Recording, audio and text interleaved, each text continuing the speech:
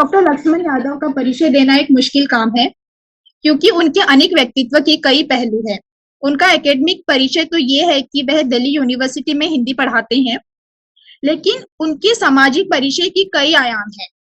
Internet की दुनिया में डॉक्टर लक्ष्मण बहुजन समाज की एक ऐसी मजबूत आवाज बन गए हैं कि उन्हें सुनने के लिए लोग आतुर रहते हैं। उनके वीडियो अक्सर वायरल हो जाते हैं और लाखों लोग उनकी बातों को सराहते हैं। यूपी के आजमगढ़ के देहाती परिवार से इलाहाबाद यूनिवर्सिटी में एमए की परीक्षा में यूनिवर्सिटी टॉप करने की उनकी जीवन यात्रा किसी प्रेरणा से कम नहीं है। एक लेखक, ब्लॉगर और एक विचारक के तौर पर डॉक्टर लक्ष्मण यादव फांसीवादी ताकतों की आंख की किरकिरी बने रहते हैं। उन्होंने देश के यूनिवर्सिटीज में पसरे जातिवाद पर खूब लिखा और बोला है। दिल्ली एनसीआर के लगभग हर जन आंदोलन में डॉक्टर लक्ष्मण यादव को देखा जा सकता है। रोहित वेमुला के न्याय दिलाने से लेकर यूनिवर्सिटी में 13 पॉइंट रोस्टर जैसे मनुवादी नियम लागू होने के खिलाफ उन्होंने एक जन आंदोलन को खड़ा किया, सेमिनार किए, पोस्टर्स निकाले, मीटिंग की और रैलियां निकाली। आखिरकार रोस्टर आंदोलन पर मोदी सरकार झुकी और 13 पॉइंट रोस्टर को वापस लेना पड़ा। डॉक्टर लक्ष्मण अपनी वैचारिकी को आगे बढ़ाने के लिए एक यूट्यूब पर सामाजिक न्याय की पाठशाला नाम की सीरीज चलाते हैं।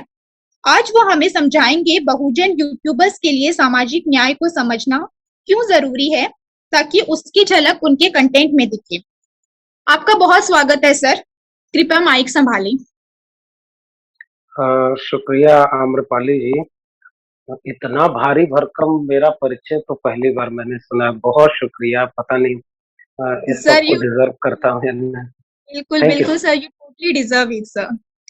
Thank you. ये मोहब्बत बनी रहे, आप सबका प्रेम है। और हम तो ये कहते हैं ना कि बिरसा, फूले, अम्बेडकर, वो हमें लगता है कि हम जो कुछ भी कर रहे हैं उसके पीछे जड़ में, उसके पीछे हमें ताकत देने में हमारे ऐसे नायकों का योगदान है। तो बहुत शुक्रिया इस मंच पर मुझे आमंत्रित करने के लिए। तमाम वो साथी जुड़े हैं जो मुझे लगता है कि जिनको मैं कुछ सिखाने नहीं आया हूँ। मैं बातचीत करूंगा, बहुत कुछ बातें जो मेरी समझ में है, जो मैं महसूस करता हूं कि ये समाज के निचले तबके तक जानी चाहिए, उस पर कुछ बातें रखूंगा और फिर आप लोगों को सुनने की भी कोशिश करूंगा। सुन भी रहा था काफी देर से। अच्छी बातें हैं, बहुत सारी चीजें हैं।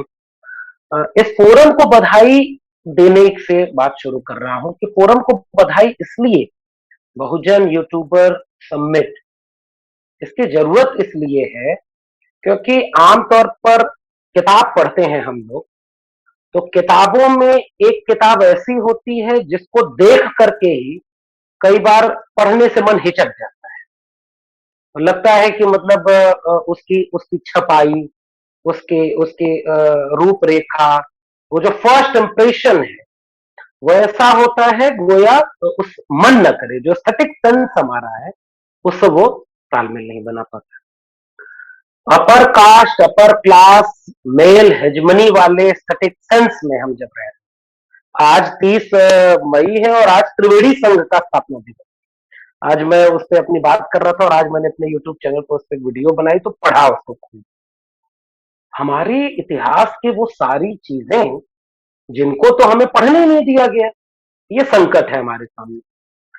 फिर जो पढ़ करके पहली बार आया वो शायद उसी किताब की तरह आया होगा, क्योंकि वो पहली बार उसको पढ़ने लिखने का हक मिला था।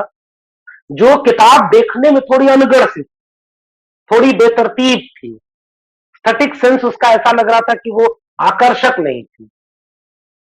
अब हमारी पीढ़ी जो है, जिस पीढ़ी से मैं मुखातिब, इस पीढ़ी के ऊपर जिम्मेदारी ये है कि अब उन्हें उस पिच पर जाकर चैलेंज करे जहां वो हमें सो कॉल्ड उनकी जो मेरिट है ना, जो फेक मेरिट है, उसके सामने हमें वो चैलेंज करते हैं कि ये लोग क्वालिटी कंटेंट प्रोवाइडर नहीं। भाई हमारे पुरखे असली कंटेंट प्रोवाइडर थे, वरना तो इस देश का जो कंटेंट है वो दुनिया में मुंह दिखाने लायक नहीं। मुख से बच्चे पैदा करना, भुजाओं से बच्चे पैदा करना, सूरज को खा जाना, 8 हाथ होना, ये सब चीजें हैं। तो आपका कंटेंट क्या था? आपका कंटेंट दुनिया में आपको हास्यास्पद बना। तो हमारे पुरखे हमारे कंटेंट प्रोवाइडर है, वो क्रिएट की। उसी सेंस में त्रिवेणी संघ को भी पढ़िएगा कभी।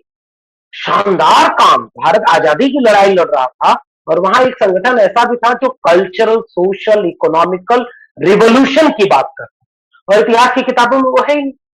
तो अब हम कंटेंट क्रिएटर जो नई पीढ़ी आई है, इस फोरम पर मैं तमाम ऐसे लोगों से परिचित हूं जो क्वालिटी कंटेंट प्रोवाइड करा रहे बहुजन फोरम के लिए। आपको उन लोगों को एकजुट देखना, तमाम लोग हैं, मैं नाम किसी का नहीं ले पा रहा हूं, मैं सबको कह रहा हूं, अल्टीमेट काम आप लोग कर रहे हैं।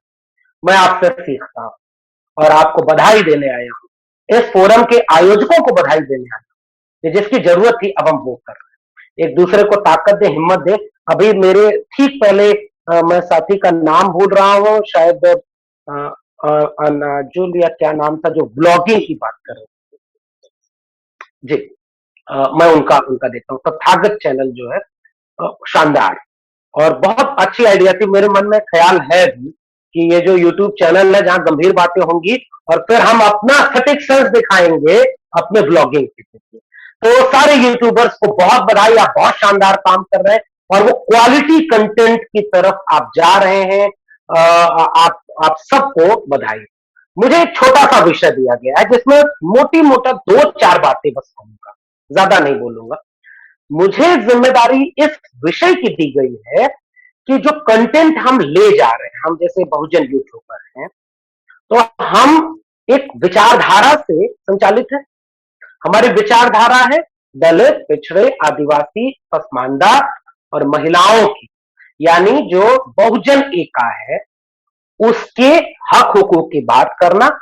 लेकिन हम जो विचार पर काम कर रहे हैं वो विचार मनुष्यता को बचाने वाला है, वो मनुष्यता को परिभाषित करता है। हम जो संघर्ष कर रहे हैं वो केवल दलित, पिछड़े, आदिवासियों के लिए नहीं कर रहे। इस देश को कैसा होना चाहिए उस पर काम कर रहे हैं। इस देश की जो आइडियोलॉजी उस पर काम कर रहे हैं। इसीलिए मैंने अपने यूट्यूब चैनल जैसा तो मैं क्या ही चला पाऊंगा, बहुत मेहनत का काम है। थोड़ा बहुत करता हूं तो समझ में आता है कि हमारे दोस्त कितनी मेहनत करते हैं और बहुजन तबके के लोग उनको भी नहीं देख पाते। जबकि होना ये चाहिए था कि इनकी एक एक वीडियोस लाखों में जाए, कुछ लोगों की जा रही है और लोगों की जानी चाहिए। तो वो जो कोशिश मैंने की है वो सामाजिक न्याय की पाठशाला चलाने की। पाठशाला यूं ही एक लफ्ज ले लिया पिछले लॉकडाउन में।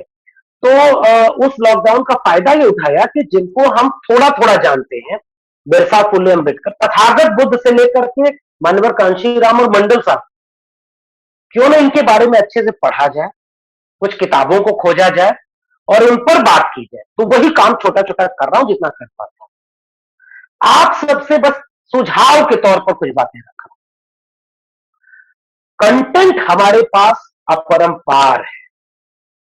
कोशिश ये करनी होगी कि जो आइडिया ऑफ सोशल जस्टिस है उसके फ्रेम को इलोबरेट कर सके, हम लोगों को समझा पाए कि जो सोशल जस्टिस है उसी में इंक्लूड है इकोनॉमिकल जस्टिस और जेंडर जस्टिस, मतलब आर्थिक न्याय, लैंगिक न्याय, सामाजिक न्याय, ये तीनों मिल करके हमारे इस पूरे समझ को, हमारी विचारधारा को व्यवस्थित करते हैं।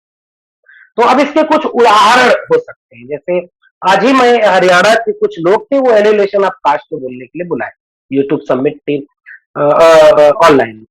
तो मैंने उसमें जब बातचीत रखी तो उधर से एक सवाल आया। वो सवाल बड़ा दिलचस्प था, उसी के जरिए मैं आपको अपनी बात कह रहा हूं। उन्होंने कहा कि साहब ये आरक्षण शब्द हमारे बच्चे नहीं समझते, ये आरक्षण क्या होता है। और वो बाहर से जब आते हैं तो वो ये सुनकर आते हैं कि तुम तो भीख ले रहे हैं। तो आरक्षण को हम कैसे समझाएं उनको कि ये भीख नहीं, हक है, और सामाजिक न्याय से इसका रिश्ता क्या है। तब मैंने उनसे एक सवाल पूछा कि आपका बेटा क्या करता है। तो उन्होंने कहा कि वो इंजीनियरिंग की पढ़ाई कर रहा है।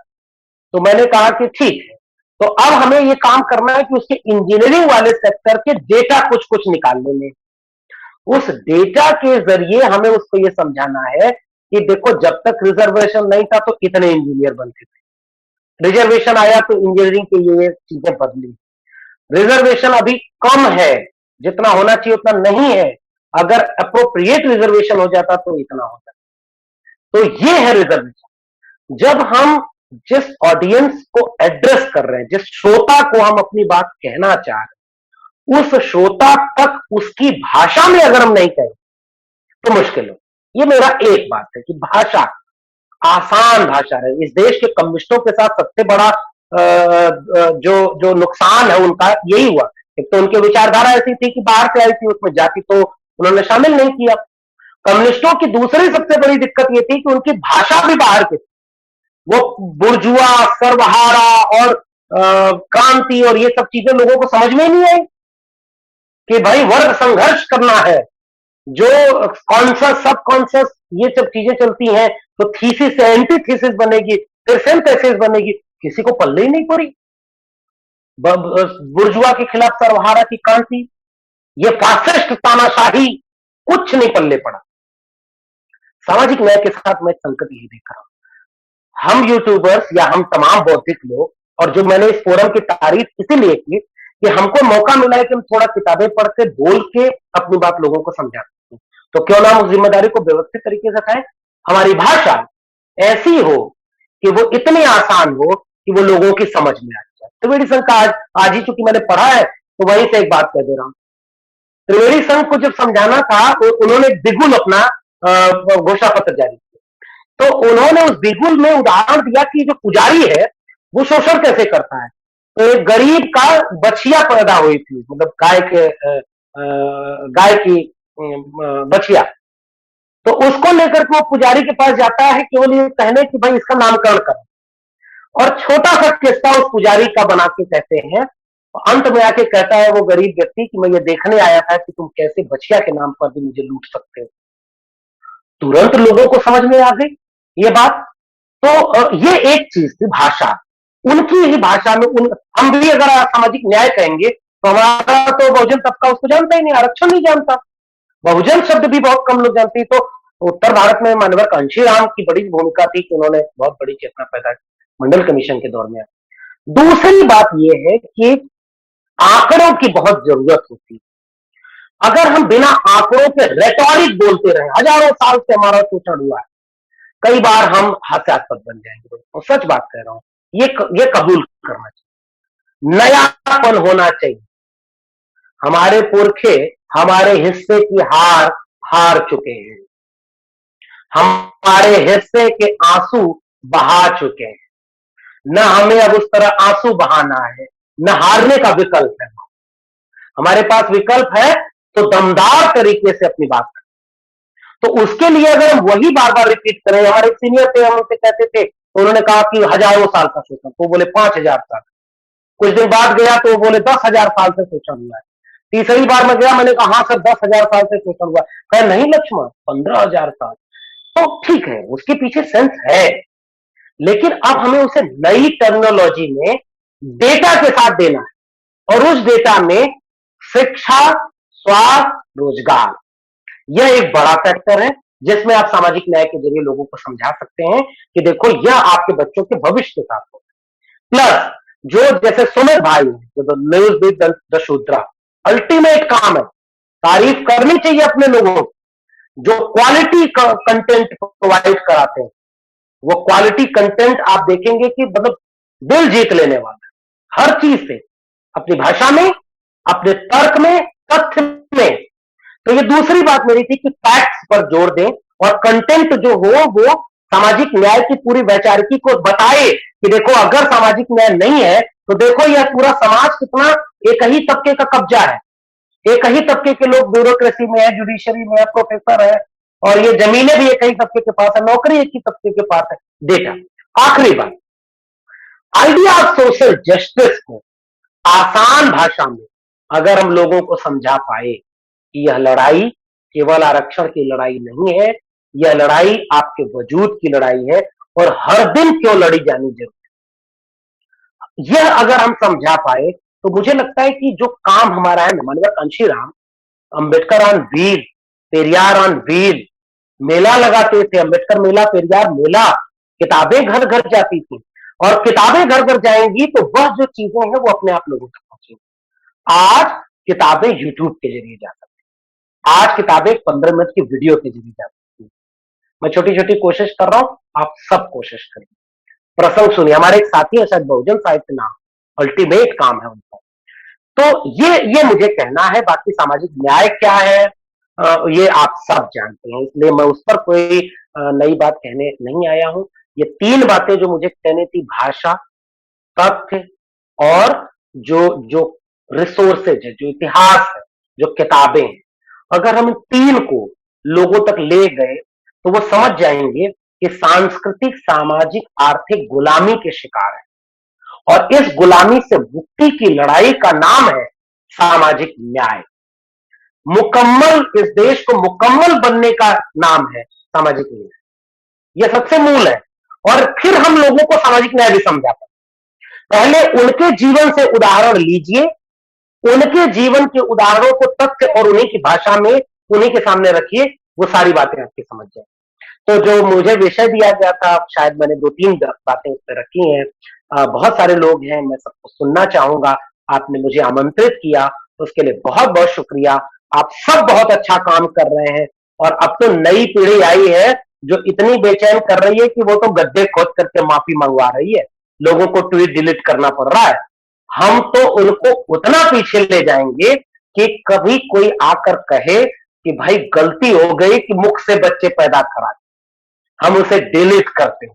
तो जो ट्वीट डिलीट हो रहा था वो इतिहास डिलीट हो, और वो न्याय परक इतिहास होगा। हम न्याय के पक्ष में खड़े हैं, मनुष्यता के पक्ष में खड़े हैं, दमदारी से लड़ते चले, आने वाला कल हमारा है। बहुत बहुत शुक्रिया, thank you so much. Thank you so much Lakshman sir, आपने जो बात रखी सीरियसली हम लोग उसको बिल्कुल सराहते हैं, बिल्कुल बिल्कुल सही बात कही। Thank you so much once again sir.